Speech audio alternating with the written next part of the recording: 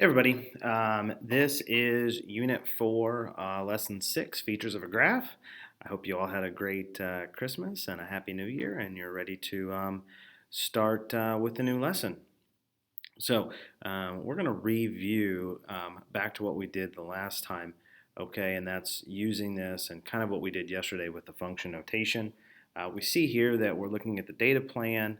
It's 30x plus 5, where x is the gigabytes of data used over the monthly allowance, and so it says find C 0.7.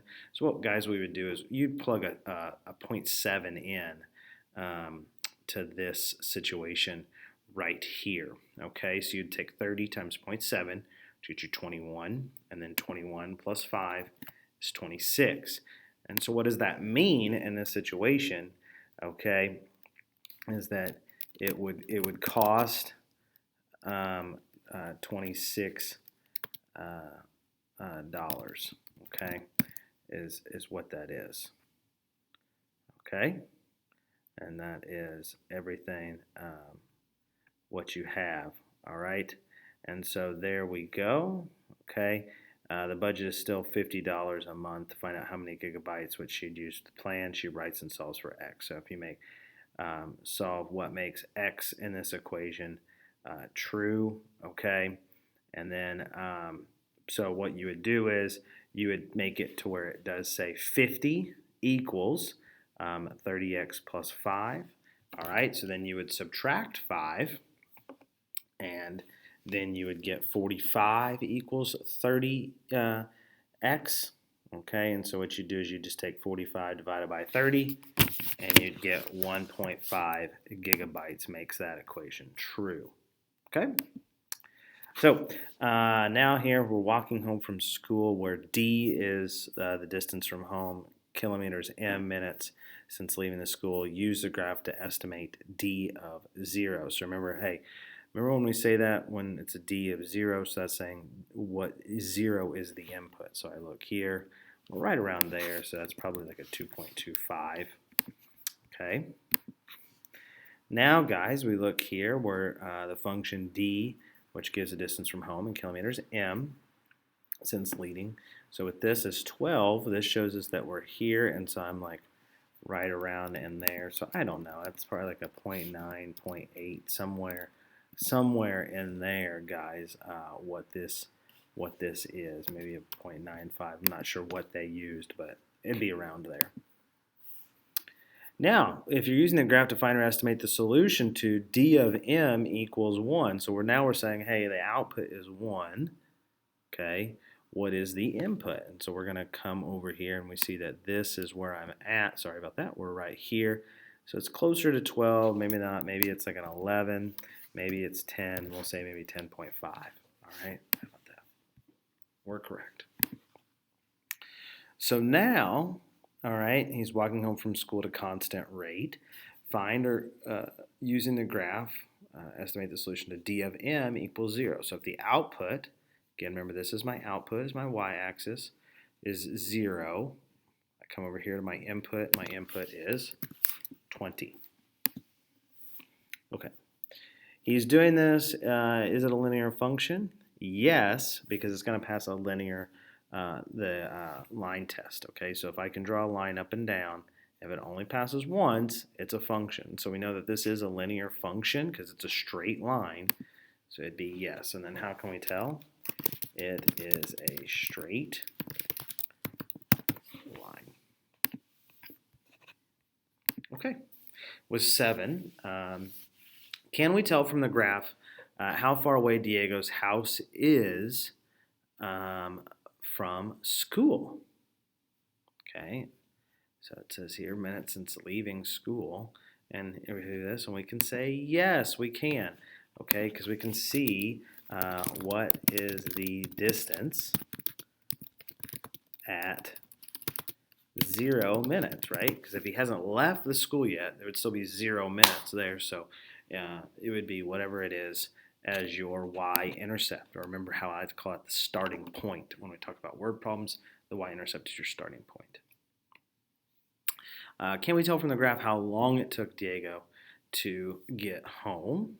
And it is Yes, because we see here when he is at 0 kilometers from home, that would be my x now intercept, and it is 20 minutes. Oh, sorry about that. So 20 minutes or my x intercept. Okay.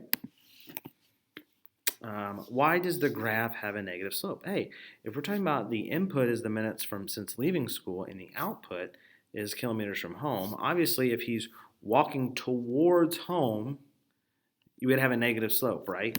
Okay, so he's closing the gap between there. So he's walking home, so the distance decreases. Okay, now let's look at another one. A toy rocket and drone. A toy rocket and drone were launched at the same time. Here are the graphs that represent the height of the two objects as a function of time since they were launched. Okay, the height is measured in meters above the ground. So again, guys, we're looking at my x-intercept is the time, my y is the height in meters. So analyze the graph and describe as precisely as you can what was happening with each project. Your description should be complete and precise enough that someone who is not looking at the graph would visualize how the objects were behaving. Okay, so what we can say is this. All right, the toy rocket. Let's look at it. Here's the rocket. It was launched at a height of 25 meters. Now it increased in height for, let's look here, okay, about 2 seconds, right? For 2 seconds until it reached its max height of, kind of look over here, it was about 45, isn't it? 45 meters. From there, it decreased until it landed on the ground at 5 seconds. Okay? Now let's look at the drone. The drone took off at a height of 0 meters and increased in height, right? So we look at it and increased in height for a total of 2 seconds.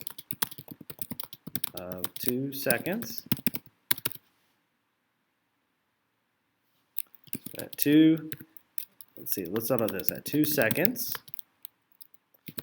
it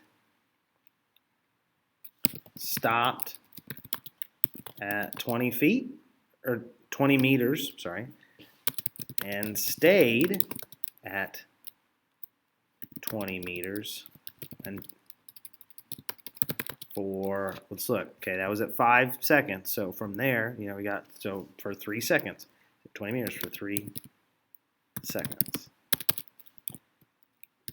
After 5 seconds, the drone decreased in height until it landed at 7 total seconds. Okay, I mean, I think that is, if I can spell seconds right, that is probably the best that we can describe both of those. All right, so we have here what parts of the graph show important information about each object's movements. Okay, so let's just talk about these. All right, so when we have here, all right, we see here we're going to talk about 2 things. Okay, well, basically 3 things. We can talk about the starting point, we can talk about the max height, we can talk about the finishing point. Okay, we're going to talk about the increase, decreasing, staying powers, all of those things, just how you would describe someone, almost like giving directions to your house, so to say, in doing those. Okay? All right.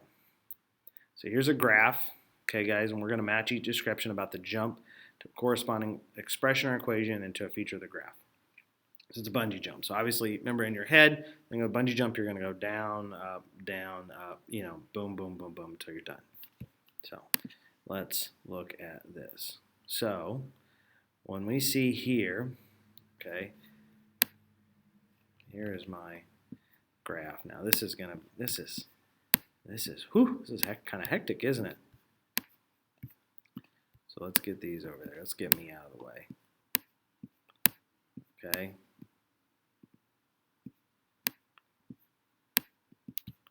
So here's my graph. All right, so let's look here. Okay, we know, so about round, looks like 80 is the height from which the jumper was jumping. Okay, so there we go. Height the jumper was jumping. Okay. Then, guys, we look here and he comes all the way down to 10. Okay. So, we also know, hey, the height we see here, I didn't realize that this is the vertical intercept, right? Oh, it tells me it's the, oh. So how about this? I bet it's trying to tell us. How about that? So we know that the height from where he's jumping is the vertical intercept. We also know that h is that. But guess what? I'm going to tell you, hey, you put all four of those together, you're still right. He still starts at 80. That's still the maximum. Okay. And so the greatest height that the jumper is from the river, okay, I would say that that's the maximum, right? So we got that one right too. So the lowest point that the jumper reached in the entire jump is the first dip in the graph. Hey, there we go. We're 7. Okay. At the time at which the jumper reached the highest point after the first bounce, so we're going to come up to here and, that's going to be right here. That's going to be the first peak in the graph, right? So that's a 9. Okay. And then we see here that, also, you know what? H of 0, that's going to be your vertical, right? Horizontal intercept, guys, is going to be when you reach 0, but he never does reach 0. Okay, and then H of 4, well, that's going to be, it looks like here, the first dip there, and then obviously T of 45 doesn't really tell us anything, and so that's the one expression that doesn't match anything. Okay? Now, H of 0. All right, we just said here, okay, that's the starting point. And that told us on the last one that it was 80. Oh, that's very tough to see that it was 80. I would say, if you're in that 75 to 80 market, you're doing okay. Okay? Now, estimate H of 4. So, guys, I'm going to come here. Remember, this is my input. So I'm going to look for my output, and it looks like it's around 10. Okay? Now, find the solution to H of t equals 45. All right, so when am I at 45? We're going to be around here. That's probably going to be around like 1.5, 2 seconds maybe, because I'm right in here. Okay, and then, we're not really even ever there again unless they're thinking that maybe this is 45 as well. Okay, and so, if this does get up there, say that's 45, well, about maybe like 9 seconds. All right. So, here we say H of t equals 0. Okay, so what's my input when it is 0? And there is, it's never. Okay, because look, hey, my output is never 0, so I can't be there. All right, what is H is the height. What's the greatest value of function 8? Well, here it is, and I hope that when you're bungee jumping that it is your starting point. So it'd be 80. Okay, how do we know that 80 is the greatest, or that h of t could not have greater values? Okay, because it's the highest point on our graph. And we also know how a bungee jump works, right? So you know that can't be the highest because of that too. You know, obviously you don't want to go higher than when you're jumping off. All right, what is the greatest value of function h? Okay, so you know, we just said, guys, again, it's 80 because, hey, what function defines, function h defines height, and so we're seeing there, and that's going to be your highest point. How do we know that 10 is the least value, or that h of t cannot have lower values? Okay, because this is the lowest point on our graph, and then it levels off. Okay. All right. How can you tell that a point on the graph is a maximum and minimum, or neither? So you can tell that a maximum is when it is the,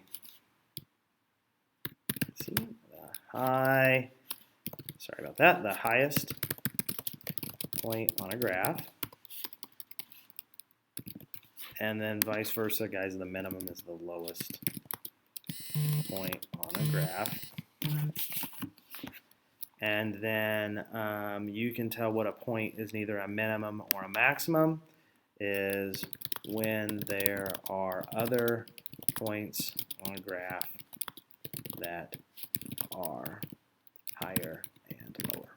Obviously, if there's, you know, like right here, 4 can't be the minimum because I have lower points, and it can't be the peak, the maximum, because it's not the peak of my graph. Okay. How many intercepts can the graph of function have? Okay. You know, you can have, really, guys, only one, I'm going to say one vertical intercept, because we're only dealing in that one current, because you only, I'm going to write this, because you only have one starting point. Okay, you know, if you're going in here, your inputs, you can't bounce back. All right, and also then, hey, if you have more than one vertical intercept, it's also not a function, because it wouldn't pass the vertical line test. Okay, one input, one output. You can have, all right, right here, I'm going to write multiple horizontal intercepts, because, okay, inputs can have the same outputs. All right, same right here. You know, if you can have multiple horizontal intercepts, just look up here.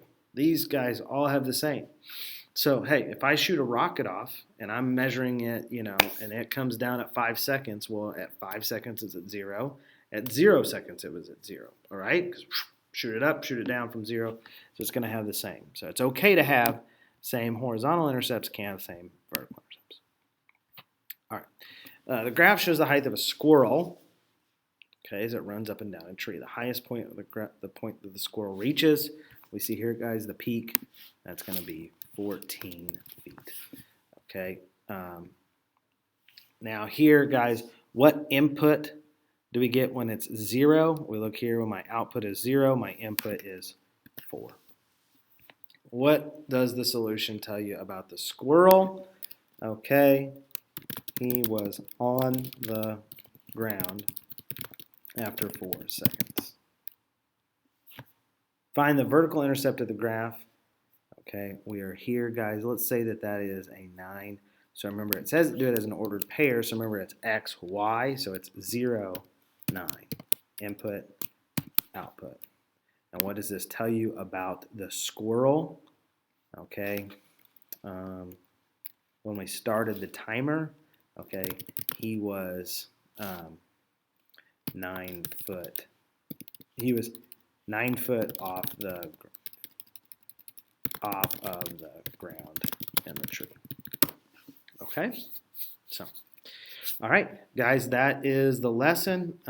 Please reach out to your teachers if you have any questions. So good luck. Ain't nothing to it but to do it.